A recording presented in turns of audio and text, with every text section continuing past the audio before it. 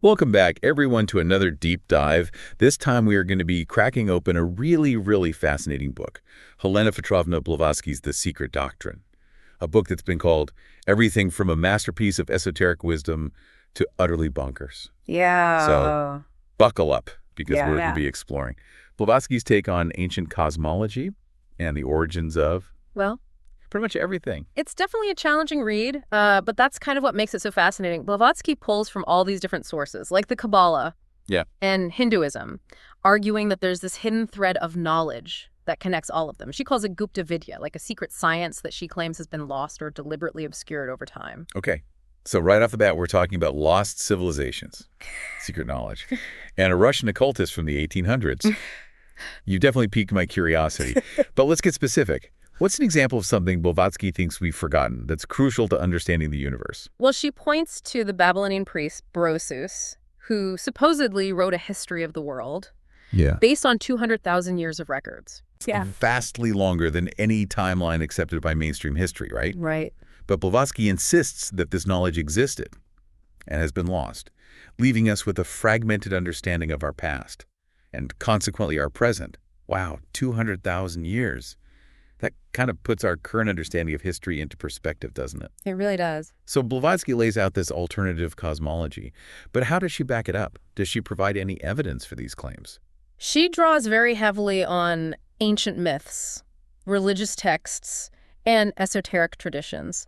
You know, she's not approaching this from a strictly scientific standpoint. She's looking for patterns and connections across different cultures and time periods, trying to piece together a bigger picture of how the universe came to be and where humanity fits into it all. I can already see how this is going to challenge some pretty fundamental Western ideas, Yeah. especially about the divine. For instance, she compares Eastern and Western concepts of the Trinity, right? Mm-hmm.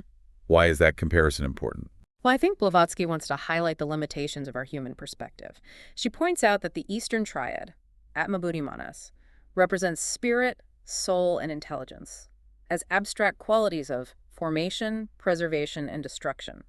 But in the West, we've kind of anthropomorphized those qualities into three distinct figures, Father, Son, and Holy Spirit. She argues that this personalization is a kind of false appearance, or Vranti Darshanata. So she's suggesting that by creating these godlike figures, we've limited our understanding of the true nature of the divine.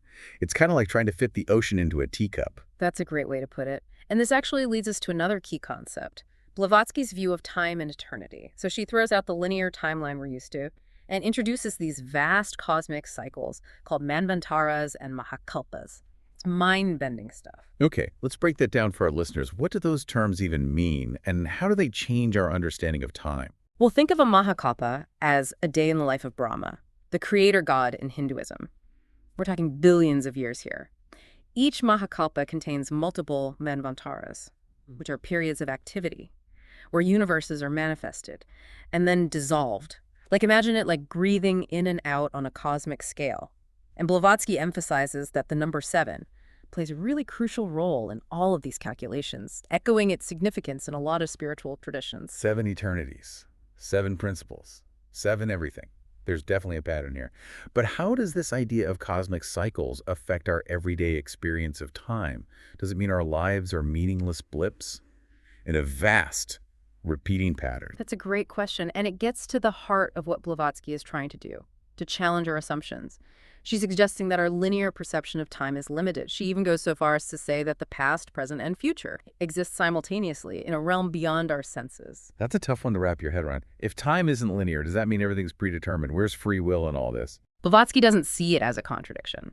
She believes that within these grand cycles, there's still room for individual choice and evolution. She compares it to a wheel.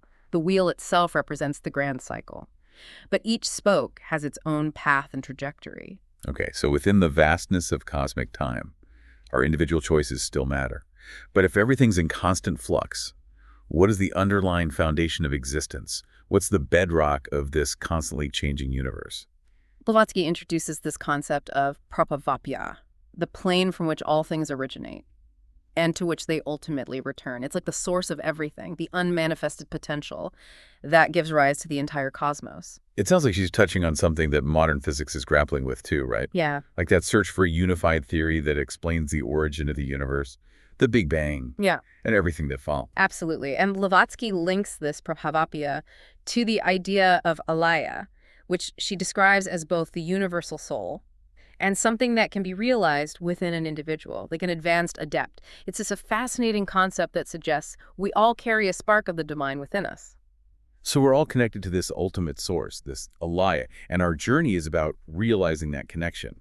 But how does that play out in practice? What does it actually look like to evolve spiritually in Blavatsky's cosmology? Well, that's where things get even more complex. We've only scratched the surface of the Secret Doctrine. She introduces a whole cast of cosmic characters, like the lunar Pitris, who she claims are involved in shaping our physical forms, and Fohat, the dynamic force of cosmic electricity that sets creation in motion. Lunar Pitris. And cosmic electricity. This is getting pretty wild. I'm starting to get a sense of the sheer scope and complexity of Blavatsky's vision. Maybe we should take a pause here so our listeners can digest all this information. Before we dive into the next layer of cosmic weirdness, don't go anywhere. We'll be back soon to explore more of the Secret Doctrine. All right, we're back and ready to delve deeper into the Secret Doctrine. Before the break, we were talking about cosmic electricity and lunar beings shaping our physical forms. Pretty wild stuff. What else does Blavatsky have in store for us? Well, now that we're all warmed up to the idea of unseen forces, let's talk about the astrolight. Think of it as this ocean of thoughts, emotions, and memories that surrounds us. Kind of like a cosmic internet, but a bit more. Esoteric. Okay. The astrolight, is this like the vibes people talk about, like good vibes or bad vibes, or is this something more tangible? It's definitely more than just vibes. Blavatsky describes it as this record of everything that's ever happened, a realm where the past, present, and future coexist. She compares it to like a giant cosmic library, where every thought, every action, every emotion is stored. That's an incredible image. So are you saying that we're constantly interacting with this astral light? Yeah. Even if we're not aware of it? Exactly. And she warns that this realm can be dangerous, especially for those dabbling in black magic. She actually contrasts her view of the astral light with that of Eliphas Levi, another occultist who saw it more as a tool for magical power. Blavatsky really emphasizes the ethical dimension, suggesting that our thoughts and actions have consequences that ripple out into this subtle realm. So what you're saying is, it's not just about what we do in the physical world, but also about the energy we're putting out into this unseen realm. It really raises the stakes, doesn't it? It does. And speaking of unseen forces, let's talk about the elementals. Blavatsky says these are intelligent forces that work behind the scenes to shape the universe. Elementals. Like fairies and gnomes and stuff. I'm picturing little creatures building mountains and whispering to the wind. Well, it's a bit more complex than that. Blavatsky associates them with the classical elements, fire, water, earth, and air. But these aren't necessarily tiny creatures. They can be vast and powerful forces that shape everything from the weather to the formation of continents. Think of them as the agents of Fohat, carrying out the cosmic plan, shaping and reshaping the physical world according to some kind of divine blueprint. Okay, I think I'm getting it. So these elementals are like the builders and architects of the universe, working under the direction of Fohat. But what about us? Where do humans fit into this grand cosmic scheme? We talked about reincarnation earlier, but Blavatsky also mentions a silent watcher. What's that all about? This is where Blavatsky connects our individual journeys to that larger cosmic picture. She describes the silent watcher as our higher self, the divine spark within each of us. Imagine it as a thread connecting us back to that primordial source, the alaya we discussed earlier. And this thread grows stronger with each reincarnation, as we learn and evolve through multiple lifetimes. So it's like our soul is on a journey back to its source, and the silent watcher is there to guide us along the way. That's a good way to put it. She even draws parallels with Christian teachings, pointing to the phrase, "My Father that is in heaven and I are one." She's suggesting that this idea of a higher self, a divine spark within, is present in many different spiritual traditions, just expressed in different ways. It's fascinating how she weaves together these seemingly disparate threads, finding connections across cultures and religions. It's like she's trying to show that we're all part of this grand, interconnected web of existence. Exactly. And this idea of interconnectedness extends to Blavatsky's controversial concept of the 7 root races. She claims there have been 7 distinct races on Earth, each representing a different stage in human evolution, not just physically, but spiritually as well. 7 root races. Oh. Okay, this is definitely one of those concepts that's going to raise eyebrows.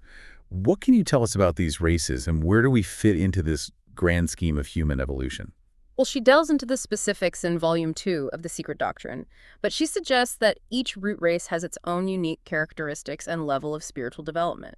Some are more physically evolved, while others are more etheric or spiritually advanced. We're currently considered to be in the 5th root race, and she hints at future races that will emerge as humanity continues to evolve. So it's not a linear progression, but more of a cycle, with each race building upon the lessons of the past, perhaps even rediscovering lost knowledge. Precisely. And this brings us back to the cyclical nature of Blavatsky's cosmology. She's painting a picture of a universe in constant flux, a grand dance of creation and destruction, evolution and involution, where nothing is truly lost, but rather transformed and reborn. It's a pretty mind-blowing concept. It makes you wonder if maybe we're not just passive passengers on this cosmic journey, but active participants in shaping our own evolution, both individually and collectively. That's a powerful thought, and one that Blavatsky definitely encourages. She believed that by understanding these deeper principles, we can reclaim our agency and consciously participate in the grand unfolding of the universe. Okay, before we get too far into the future of humanity, let's bring it back down to Earth, literally. What does Blavatsky have to say about our own planet, and more specifically, the sun? I have a feeling she might have some unconventional views there, too. You're absolutely right. Blavatsky challenges the traditional scientific understanding of the sun. She argues that the sun is not actually burning, but rather glowing. Hold on a second. Glowing? But we have scientific evidence of nuclear fusion happening on the sun. How can she say it's not burning? I know it sounds crazy, but she's drawing on ancient wisdom that suggests a different model of solar energy. She even references Sir William Herschel's willow leaf theory, which proposed that the sun's surface is covered in these leaf-like structures that emit light and heat. Willow leaf theory. That sounds a bit out there. It does. But remember, scientific understanding is constantly evolving. What seems crazy today might be accepted as fact tomorrow. The point is, Blavatsky is suggesting that there's more to the sun than meets the eye, that its energy is perhaps more subtle and complex than we currently understand. So if the sun isn't a giant fireball, what is it? And how does that change our understanding of its role in the solar system? Blavatsky's answer might surprise you. She proposes that the sun is a living being, or rather a collection of beings, radiating energy through processes that go beyond our current scientific models. Wait, living beings? Is she talking about sun gods? Not gods in the traditional sense, but beings of immense power and intelligence, existing on a plane far beyond our comprehension. She's suggesting that the sun is a source of not just physical energy, but also spiritual energy, a kind of cosmic heart that sustains life throughout the solar system. Wow, that's a radical departure from our current understanding of the sun. It completely changes our perspective on our place in the cosmos. If the sun is this living, conscious being, are we somehow connected to it in a deeper way than we realize? That's a question Blavatsky encourages us to contemplate. She suggests that there's a fundamental unity underlying all of existence, a primordial substance from which everything arises. It sounds like she's aligning with modern physics again, this time with the search for a single, fundamental element that makes up all matter. Exactly. She's bringing together ancient wisdom and modern scientific inquiry, pushing us to see the universe as this interconnected web of energy and consciousness, rather than a random collection of inert matter. And this interconnectedness extends to our own being. This is seriously mind-blowing stuff. But we're running out of time for this segment. What's one key takeaway you want to leave our listeners with before we take another break?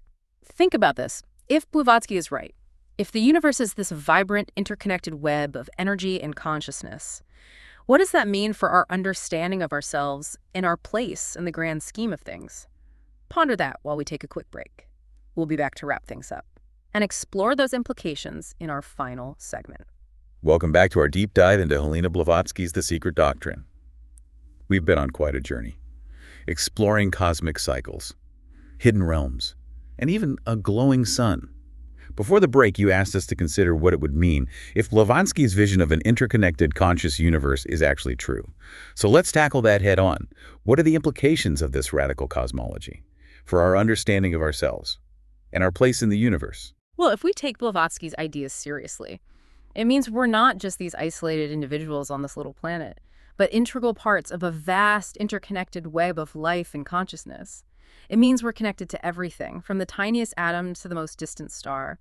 And it means our actions, our thoughts, even our emotions, have a ripple effect that extends far beyond our immediate sphere of influence. So we're not just cogs in a machine, but active participants in a cosmic dance, so to speak. Yeah. It's a pretty empowering idea, but it also comes with a sense of responsibility if everything's interconnected. We can't just live in isolation, ignoring the consequences of our actions. Exactly. Blavatsky really emphasizes the importance of ethical conduct, not just for our own sake, but for the well-being of the entire cosmos. She reminds us that we're not just evolving individually, but collectively, as a species, and as part of a larger cosmic evolution. Okay, I'm starting to see how this all ties together, but Blavatsky also digs into some pretty controversial territory, reinterpreting religious figures and traditions in ways that challenge conventional thinking.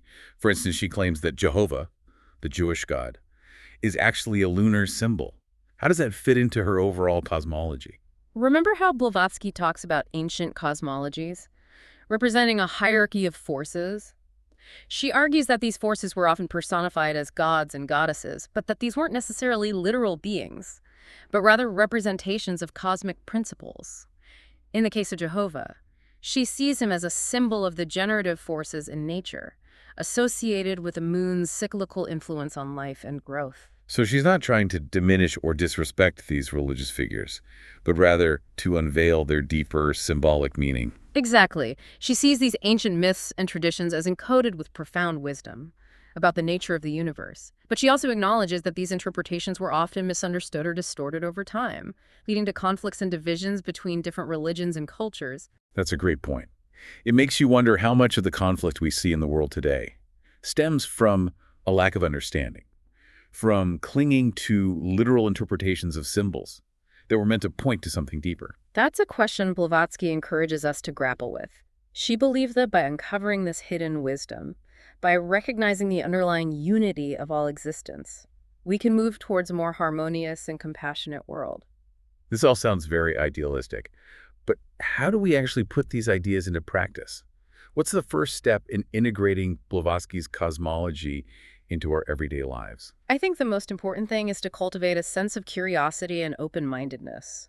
Blavatsky's work is challenging, it's complex, but it's also incredibly rewarding for those willing to put in the effort. She's definitely asking us to stretch our minds, to think outside the box, to question assumptions we might not even realize we're holding. Precisely.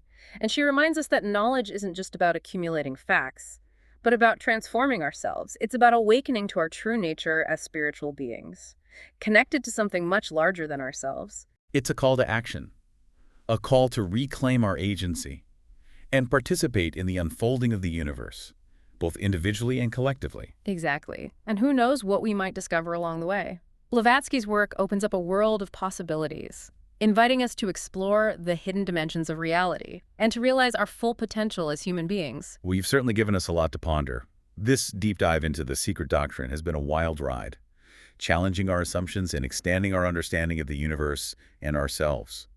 We hope you've enjoyed the journey as much as we have. And remember, this is just a starting point. There's so much more to explore in Blavatsky's work, and in the vast realm of esoteric knowledge. Don't be afraid to ask questions, to challenge conventional thinking, and to dive deep into the mysteries of existence. That's great advice.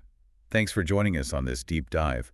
We'll be back next time with another fascinating topic, ready to explore new ideas and expand our understanding of the world around us. Until then, keep seeking, keep questioning, and keep diving deep